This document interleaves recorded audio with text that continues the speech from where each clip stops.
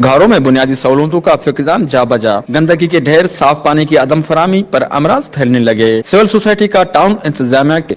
और गफ्त के खिलाफ एक बार फिर एहतजाज करने का घरों जो गुज़श्ता कई सालों से बुनियादी सहूलत सहत है और करोड़ों की तनख्वाहों की अदम अदायगी के महरूम होकर रह गया, जिसके बायस की सूरत हाल है जहाँ गली मोहल्ले गलतों के ढेर हो चुका है कि ड्रेनेज की अदम सफाई, नालों की चौक होने, गंदे के जोड़े तब्दील होकर रह गयी, जिसका गंदा पानी सप्लाई निजाम के जरिए पहुँचकर आवाम को मुख्तलिफ अमराज में मुब्तला कर रहा है। सितम ज़रीफ़ी यह है कि टाउन इंतजामिया ने ठेके पर रखे के लिए तैयार नहीं, जिसके वजह से ठेके पर काम करने वाले चंद खातून ने काम का बाइकाट कर दिया है। सिविल सोसाइटी और सियासी रहनुमाओं ने सिंध के बलिया निजाम को शाही निजाम करते हुए